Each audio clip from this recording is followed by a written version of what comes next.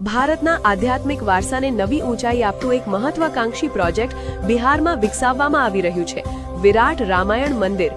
આ મંદિર દુનિયાનું સૌથી મોટું રામાયણ આધારિત હિન્દુ મંદિર બનવા જઈ રહ્યું છે, જેમાં કંબોડિયાના અંકોરવાટ, રામેશ્વરમના રામનાથ સ્વામી અને મદુરાઈના મીનાક્ષી મંદિરની ઝલક જોવા મળશે।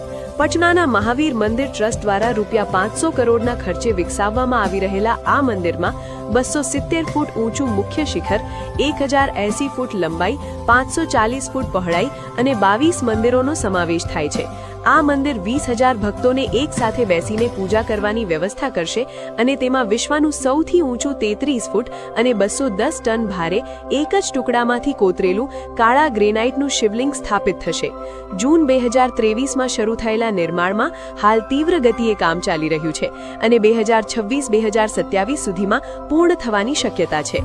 આ મંદિર માત્ર ધાર્મિક સ્થળ નહીં, પરંતુ બિહારના પર્યટન, અર્થતંત્ર અને સાંસ્કૃતિક જોડાણને મજબૂત કરશે, જે અયોધ્યા જનકપુર રામાયણ સર્કિટનો મહત્વનો ભાગ બનશે।